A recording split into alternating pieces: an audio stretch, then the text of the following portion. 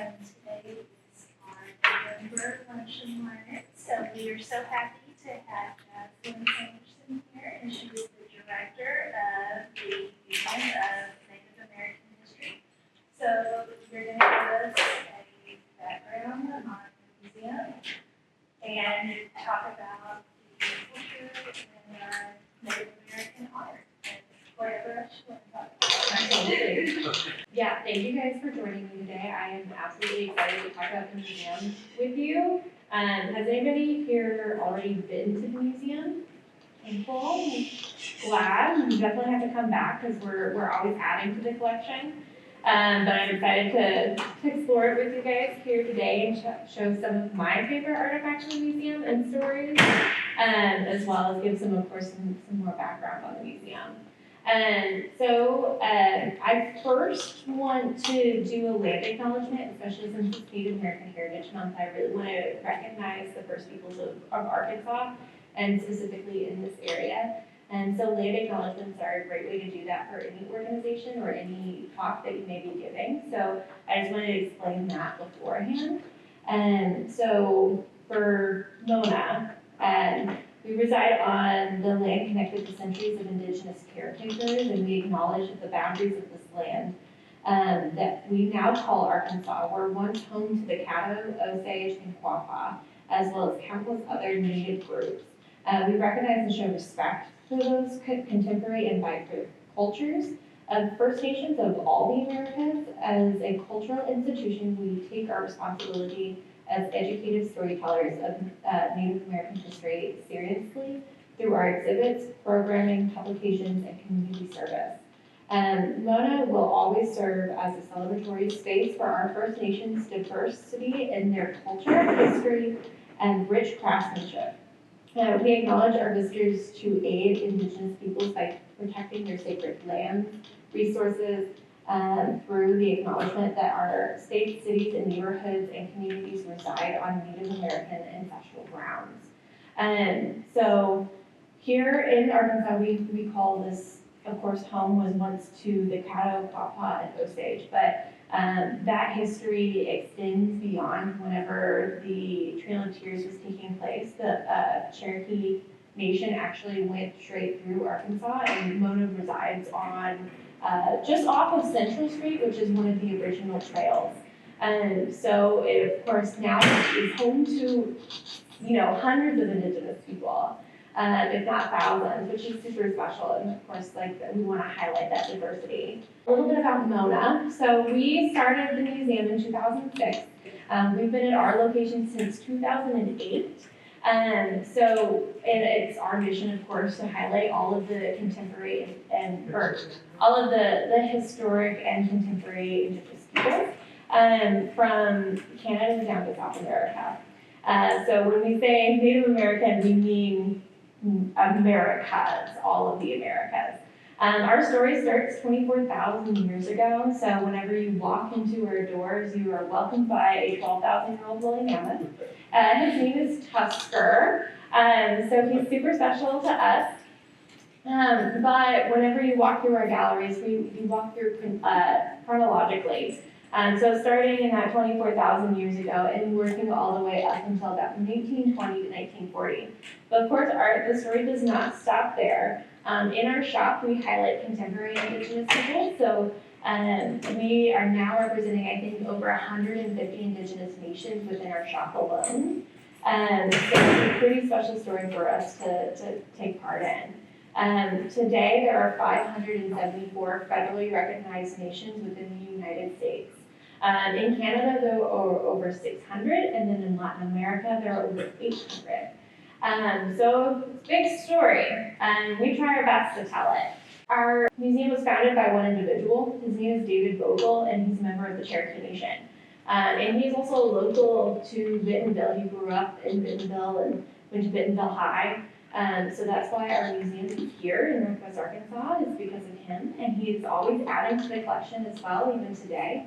But he started collecting a little over 20 years ago.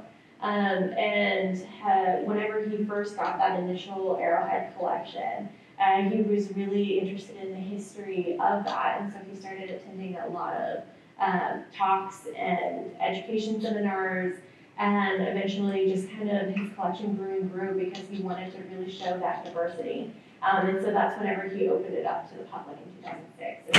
And the building was an original location across from his house on Main Street down in Bentonville, and was outgrew that within 2 years. And the building that we have now has been added on to pretty much every which way. So it was once a house. I'll go back a slide so you can kind of see that little bit up at the top. But that building was once a house, and a lot of people ask if it was originally a church because of that facade on the front. But we actually added that whole part on. So after it was a house, I think it became like a schoolyard for kids. Like somebody told me that they went to class there. And then at another point, it was an event center. So you may remember going to a wedding at the Sterling House. So that was the building before us. And so we purchased it in 2008 and have since made it on to what it is today. But that is a little bit about Mona and how Mona got started. So Mr. Vogel is our chairman of our board, and so he's still a very big part of who we are today.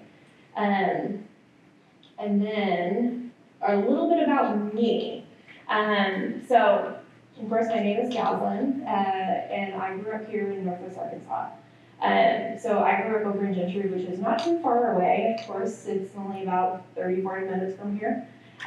So it's a pretty small town. I was really interested in art because my whole family are pretty much artists in some way or another, but Gentry doesn't really have like a big program for art or history, and so I just kind of dove into my higher education kind of blind. I went to the University of Arkansas and got my degree in art history because, you know, I enjoyed both of those, and so I said I'll make that into a degree.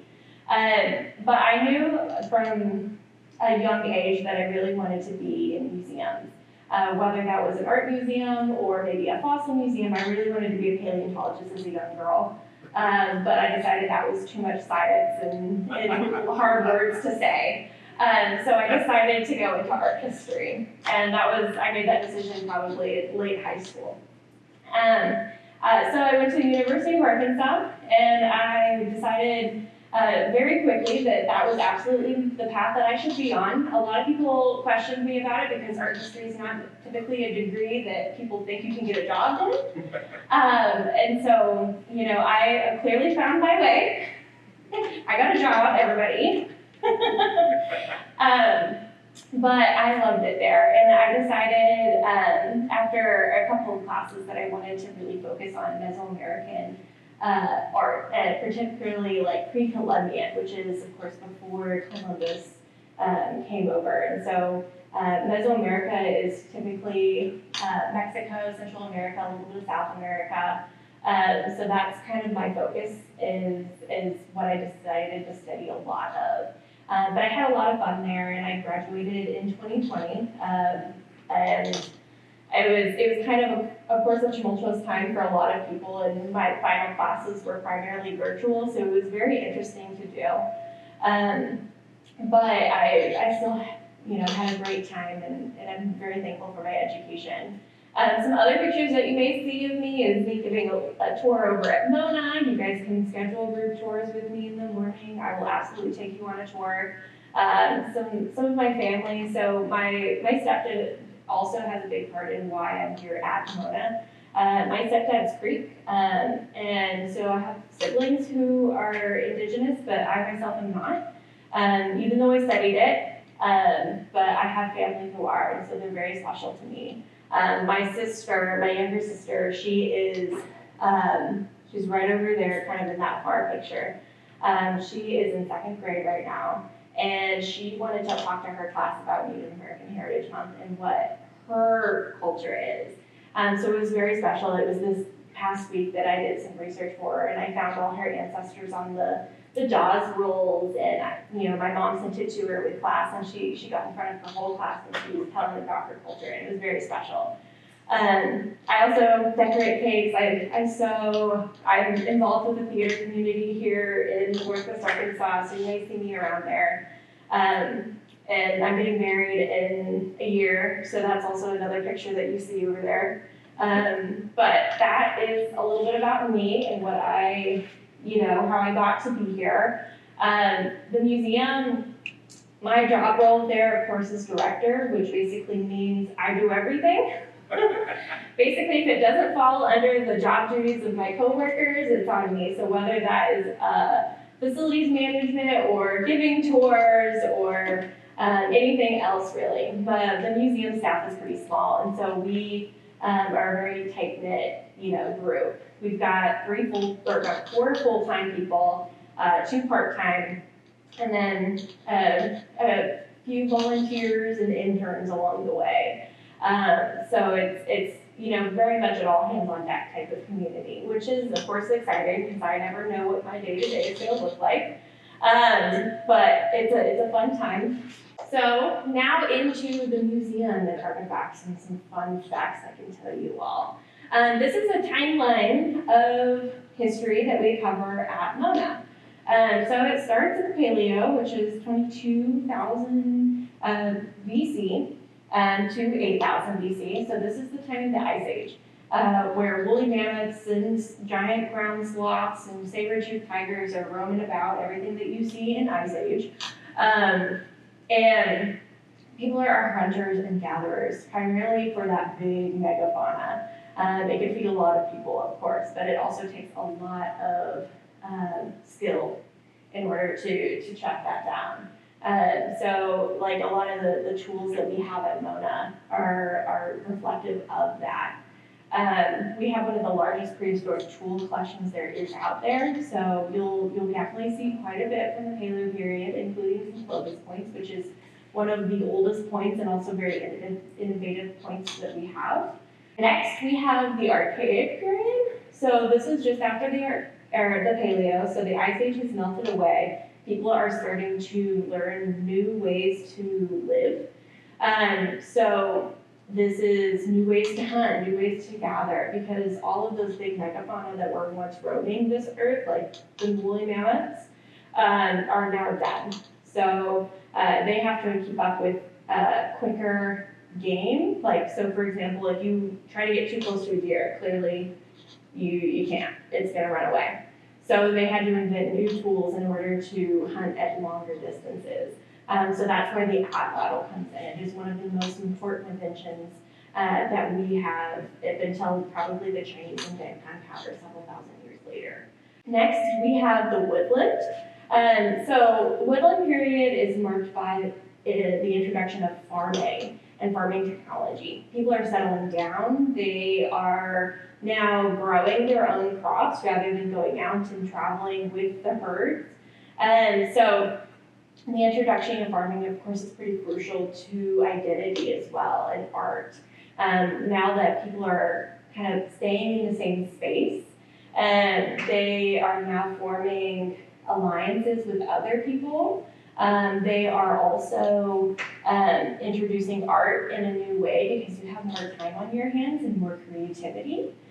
This is also the introduction of a lot of conflict as well. For example, whenever your crop isn't doing so well, you have to go out and maybe find another person's crop and try and take it by force. So it's a brand new time for everybody, which is why it's marked differently from any other.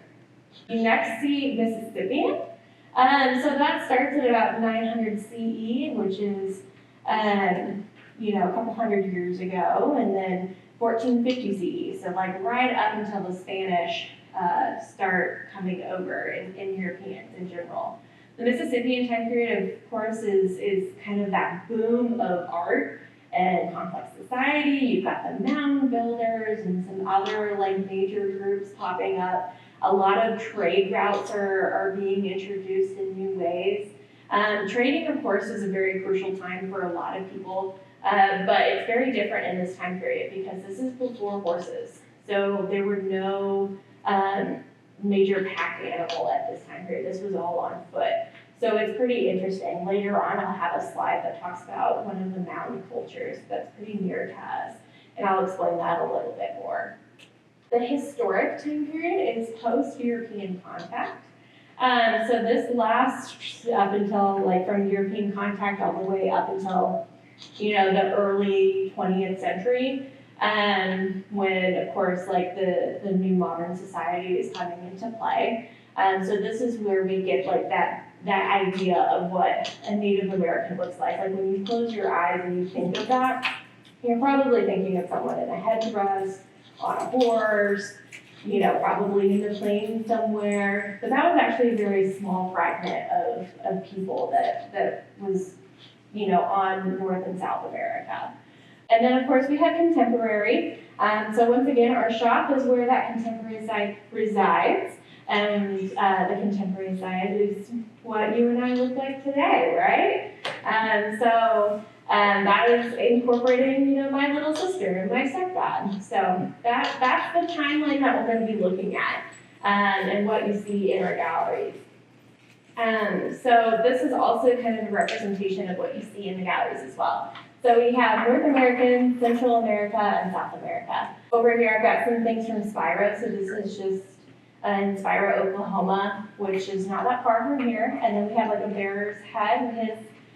We actually have the full costume at the museum, but that's kind of hard to depict right here. So I just put his head, but he is from the Pacific Northwest up in Canada. Then Central American, we have some gold artifacts, and then Colima dogs, which are a fan favorite for a lot. And South America, I have some Noche pottery.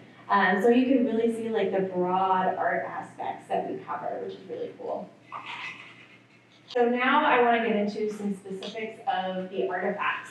These are Teotihuacan masks. We actually have two in the museum, but I wanted to really highlight one really close up. So the Teotihuacan masks, they are exactly what you look like right here. It's got onyx and shell eyes. It's made from jadeite, which is that green stone, and then bone teeth. A lot of times these masks are found without their inlays because time, of course, is not kind. It typically knocks them out, or something happens to them along the way alongside looters and a bunch of other aspects. But these masks are from 250 to 250 CE. But Teotihuacan is a massive city, just a little north of Mexico City. But it was residing from 200 to 700 CE, so just kind of within that range.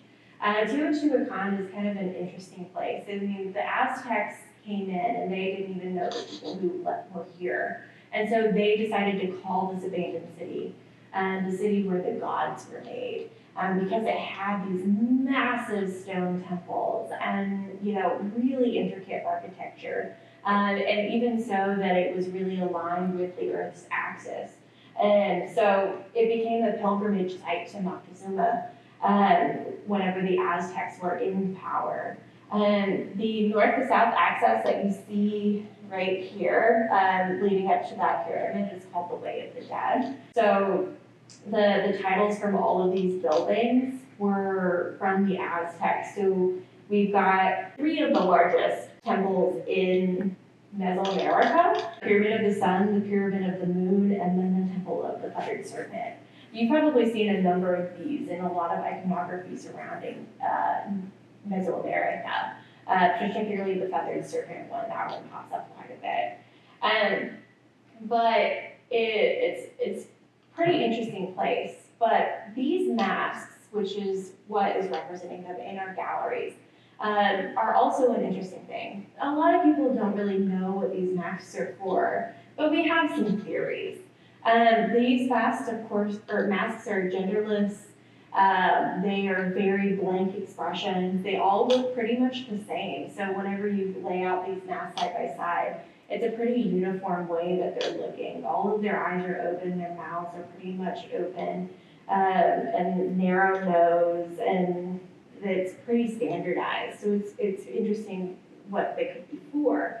They aren't very curved out on the backs. A lot of them have perforations at the ears, so you can kind of see a little bit of it over on this side. So these really aren't thought to be masks that people would wear. However, they could be masks that you don onto something else. So some people believe that these were put onto funerary bundles to take on the spirit of that particular person. In Aztec culture, they call the spirit the tonale.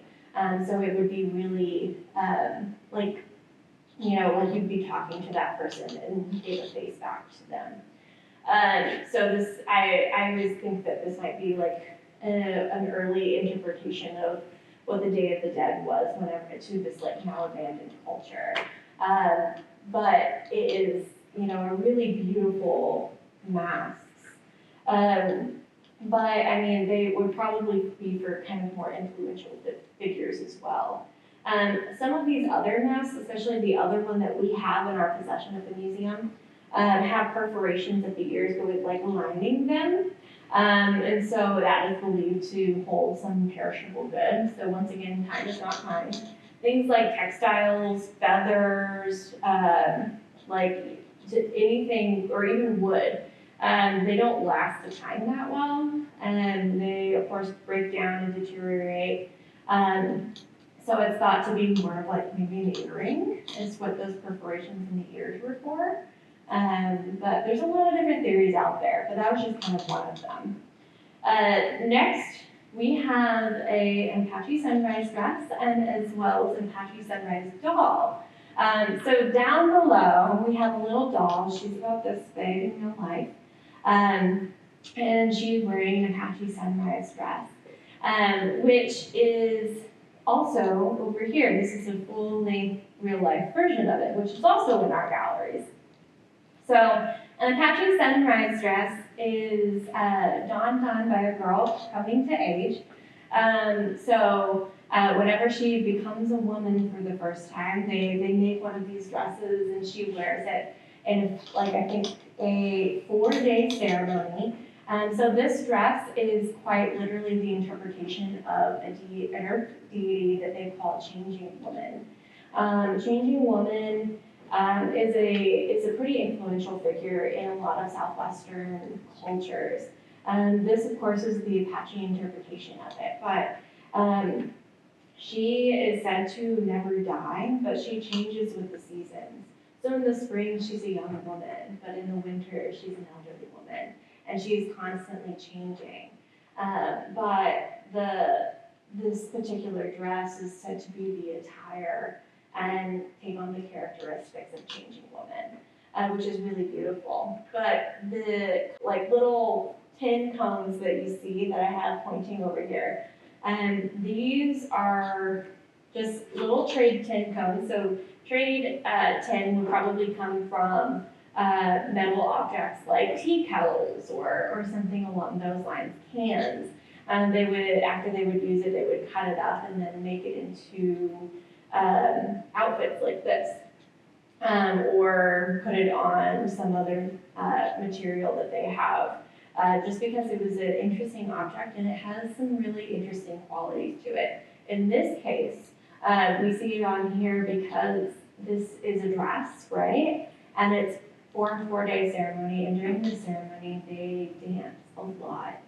And the tin cones sound like 1,000 jingle bells whenever she's moving. It is a gorgeous sound. Of course, it's hard to hear it whenever it's behind glass in a museum.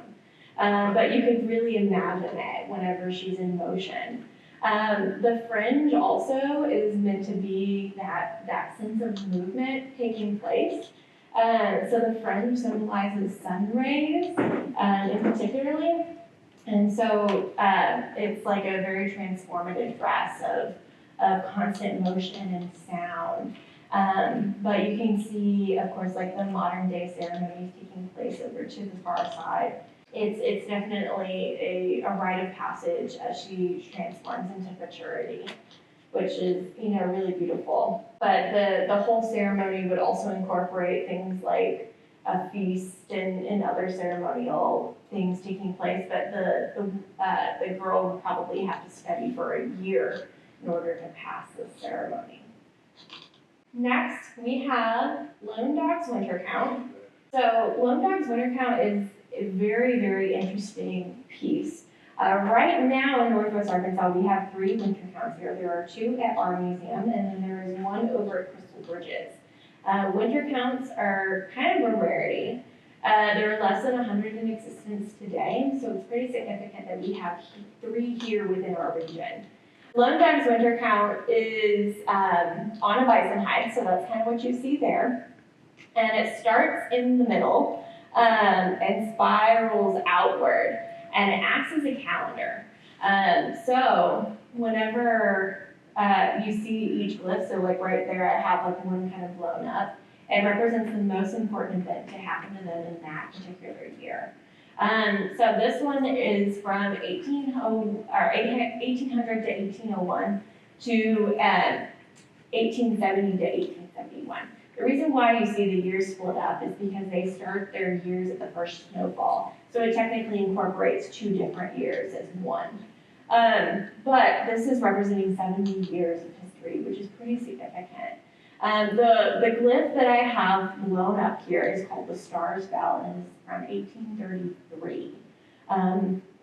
It specifically November of 1833. This glyph is representing a celestial event, which is why it's called the Stars Bell. It's actually representing a meteor shower, specifically the Leonid meteor shower.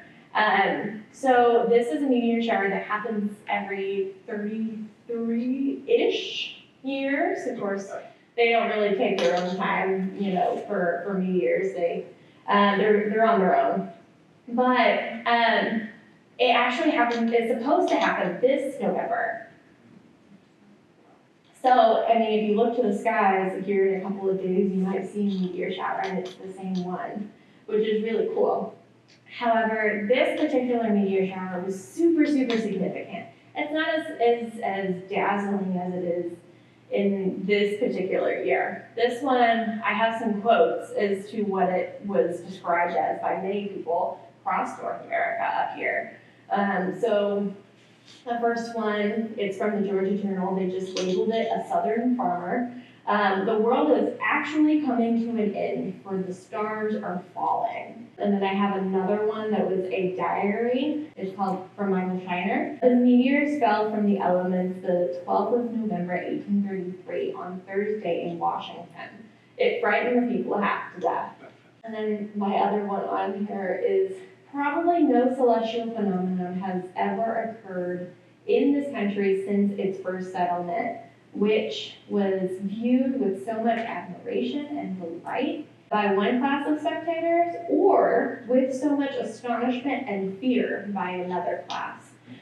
So that really goes to show how the perspectives of this particular meteor shower were taking place. There were some people who saw it as a fear, who saw it as a kind of a reckoning by whatever religion they were following.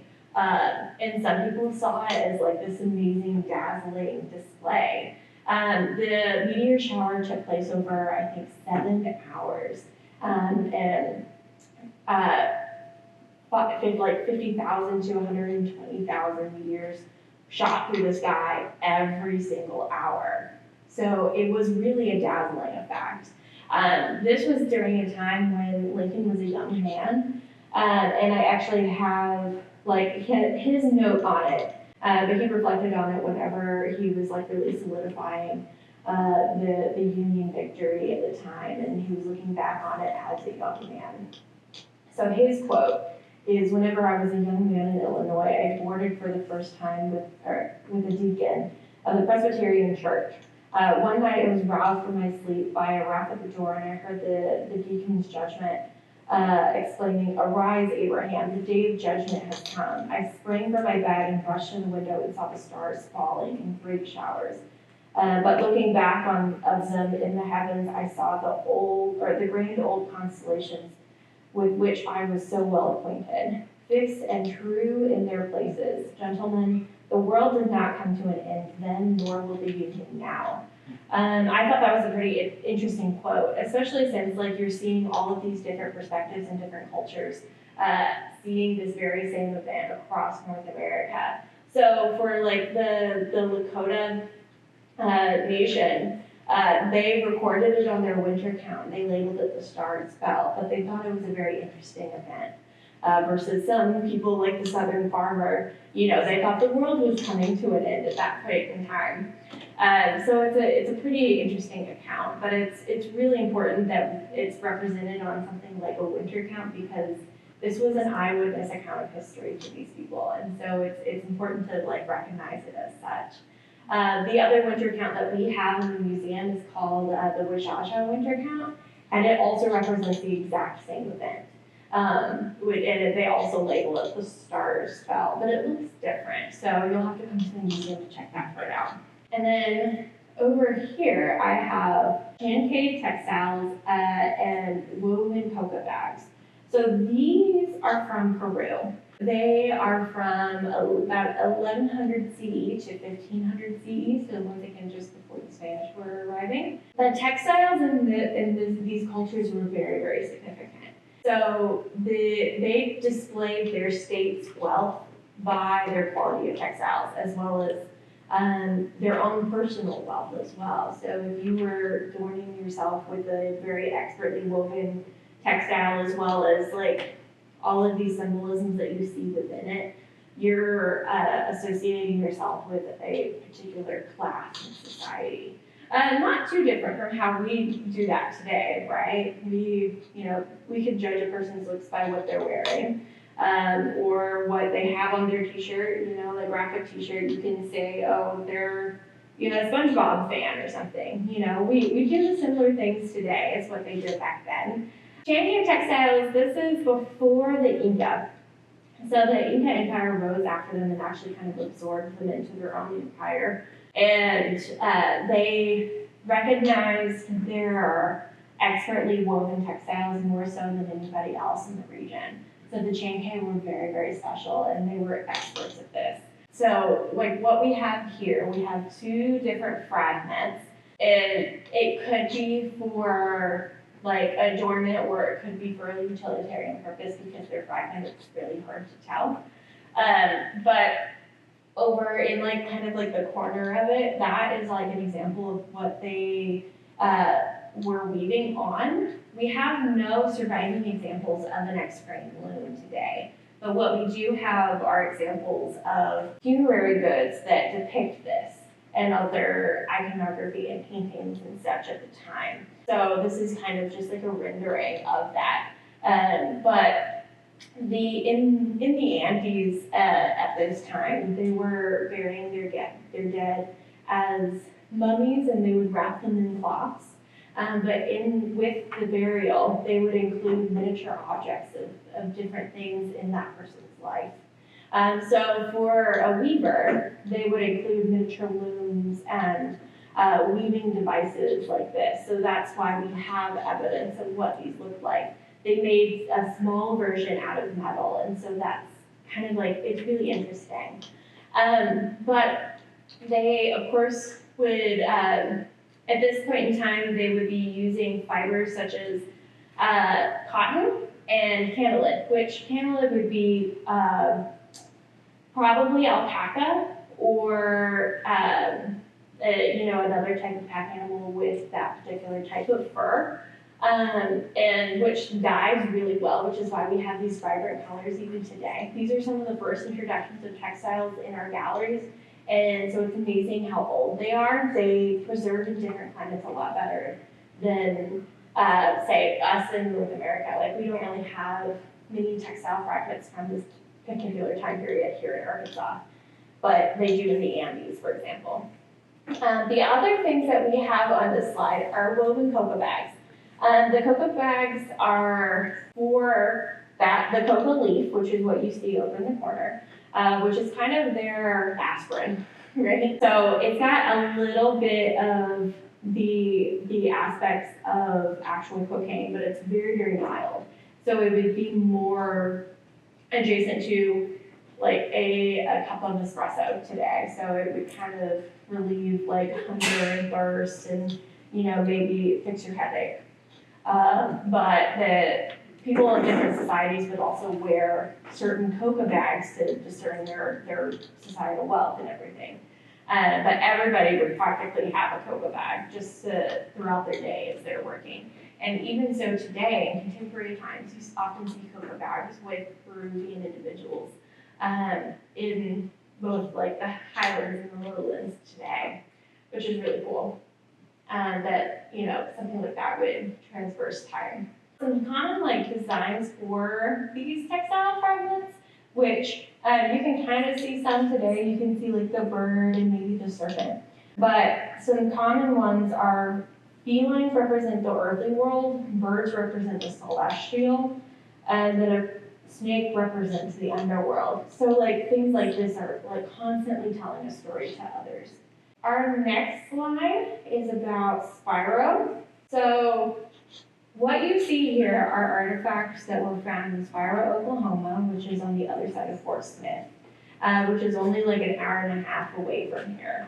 So it's a place that you can visit today, but it was one of the major ceremonial mounds of the Mississippian world. What's really interesting is, once again, there were no horses during this time period, so trade was very, very hard. But in Spiro, Oklahoma, you see objects from coast to coast. You see it from the Gulf of Mexico, which is what these lightning bug shells were from. You see it from the West Coast and the East Coast, and even the Great Lakes.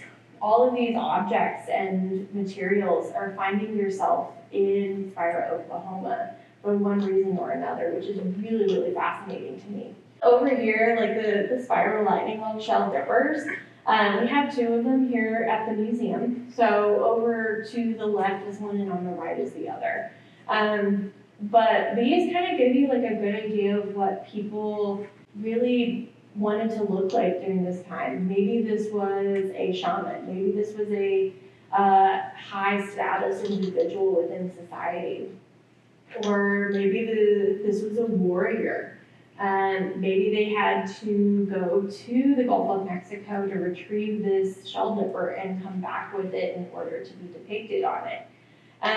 But any way that you look at it, you can still see how they dressed or what they wanted to look like. So this is a really interesting piece of art history. So like on this guy right here, you can see he's wearing a shell necklace, like a big one. And you can also see that he's got a woodpecker effigy axe at his side. We have an example of a woodpecker effigy axe right next to it, which is also in the museum. I mean, who's to say that's this very same axe as what's being depicted here for this individual? You can never really tell, but it's an interesting way to depict it. Over on the other side, you see a man wearing something completely different, and his face is also very different. He's looking straight on to the viewer versus the other guy is looking to the side. You just see some really interesting iconography differences between the two. Spiro, Oklahoma, of course, even though it was one of these major ceremonial mounds, it was succumbed to a pretty horrible tragedy in the 1930s. So just after the Great Depression, of course, we have the WPA coming in, and people are having a really hard time. So it was on private lands, and so there was a group of individuals who came in and started to loot the mounds and really sell off what they could for their own survival. But the WPA ended up forming a group of archaeologists who officially come in and document it all. But before then, the previous group, which was known as the Fekola Mining Company, they decided to dynamite the mounds. And so what is left today is what is left today. Yeah. This guy over here looks like he's depicted with a sword, and the axe looks like it's metal. But I'm looking at that it was around 1400. Is that actually? I'm a big fan of ancient aliens and stuff like that on the History Channel. I'm curious. Is that believed to be a sword or a war club? And is that metal from before Columbus on the axe? This guy right here, it is a wood base, and it's got an inlay shell eye, and the axe itself is made from copper, which was an accessible material. Okay. Metalworking, while not very popular in the Americas, absolutely still happened. Copper was a major one that you see pop up. But typically everything else that you see is going to be more wood. Is that believed to be a copper or bronze sword I between the guy's legs, or? It is hard, yeah, it's hard to say. Of course, like without the actual artifact, I really haven't seen any bronze artifacts from Spyro. Copper, yes, there's a lot of copper. Even more so of like clubs, I would say. So things that are made from of stone and stuff. But I haven't seen any like heavy metals come from Spyro. I mean, the shape of the handle and the blade almost looks like a Norse sword to me. It's interesting, but I mean, it's also hard to say. I mean, it may not be a sword at all. It could just be more of an ornamental tail of some sort, but. I was curious. Yeah, no, I mean, it's always more research to do, right? But yeah, it's really interesting to see like these trade routes come into play. And of course, like the materials that are being gathered. Let's see. So that's kind of all that I have here today, but what I wanted to kind of end on is this slide is some of my favorite things in the shop right now. So we've got some stickers and some pottery, some jewelry. I even have a Muskogee War Club. So these are all things that you could probably stop by today. Some like cool books. You can see like the chili line crickets up there. But that is kind of all that I have for you. Of course, I encourage everybody to stop by the museum, say hi, I'll be at my desk, and explore the museum at your own pace now that you've seen a handful of objects in detail. But it's a pretty special place, so do you guys have any questions for me? I gotta go back. Yeah, go. Understand. Yeah. I have one thing. Sure. Back on the sunrise dress, Mm-hmm. is there any way you could make some kind of recording of the sound? And where people could play it? I wish so. I've always wanted to have like a sound come right there, so where it's like just a centralized sound. But of course, that takes Oh, a lot of work, technology, and some expert advice. But you can actually probably see some sort of recording of the ceremony as it's done today. I mean, like the dresses are still pretty similar. But it really does sound like 1,000 jingle bells are jingling, even with like a little like brush of wind. Like it does not take much for that dress. Yeah. Is there an admission fee? No, we're free. We're open Tuesday through Saturday from 11 to 5. I think I got it on that one. Do you have a ghost shirt? We do. A ghost dance shirt? Yes. Yes. They do take donations. We do take donations, yes. Our shop also supports us as well, so if you get something to take home with there, it's a great way to support us. Yeah, thank you. But it's a pretty special place, so definitely come stop by. I've got some brochures up on the table. I also have my business cards here if anybody wants to get in touch with me about something else. And, yeah. Any other questions? Yeah? At what point you try to get examples of every arrowhead? Yes. How do you guys do? I don't think we have everything, but are you familiar with our previous curator? Yes, ma'am.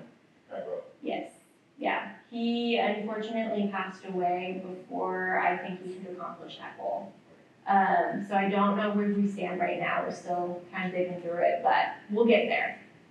You think you have 99%? Oh, for sure. It's only a handful that we don't have. I remember seeing that list, but especially in comparison to all the different types of arrowheads and points that is out there. So we recently did acquire I think 15 of the original 21 tribute points from Spyro. So that's our most recent acquisition.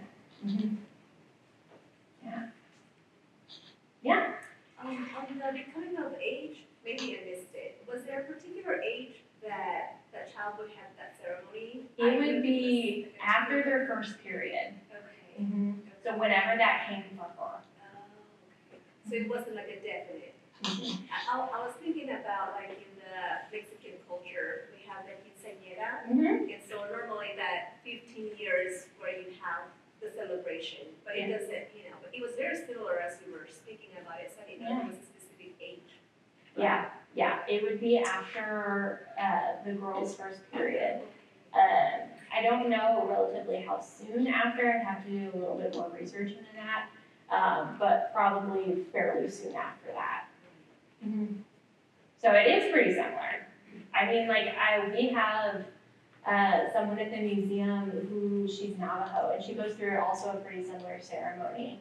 And she's described it to me, and while she doesn't, it's not like the same as the Apache, it's still like a couple days long, and she has to go through a number of different trials and specifics. So, it's pretty common out in that area, but it would be, that coming of age era.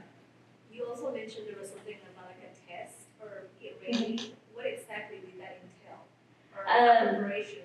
Yeah, so, for I think it's both Navajo and Apache. It's hard for me to I don't want to mix them up because now I now have like two different timelines there. But it would be running for a period of distance. But there are let me check my notes just to make sure I didn't write that part down. I said it's a 4-day ceremony where the whole community participates. So they would be practicing meditation and prayer, preparing feasts for the family and ceremonial sponsors. And so there is a particular night shuffling dance. But there's a lot of information of it online. One of the articles that I had right there, the article that I found on it had a perspective of a contemporary ceremony. And it was kind of listing the different aspects of it as well as a bunch of beautiful pictures. So if you're curious more about it, I would say go there. Yeah, of course. Yeah. How much time do you suggest allowing yourself? If you want to take it everything. Right. That's a hard question. If you're really, really interested in it, I would definitely allow yourself at least an hour and a half to 2 hours, if not 3. Because you can really dive into a lot of the artifacts that we have. We've got over 10,000 artifacts in the museum, and of course our shop is even more fabulous, and there's an arrowhead hunt at the end for kids if you guys want to stop by. You each get one for free. So it's a really fun place to experience, but if you're really interested, I would say closer to that 2-hour mark. But you could go through it in 30 minutes to an hour if you just wanted to browse through.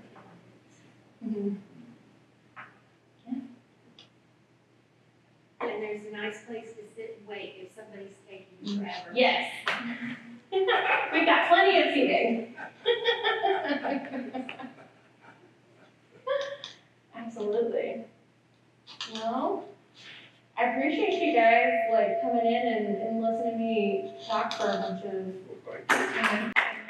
Thank you.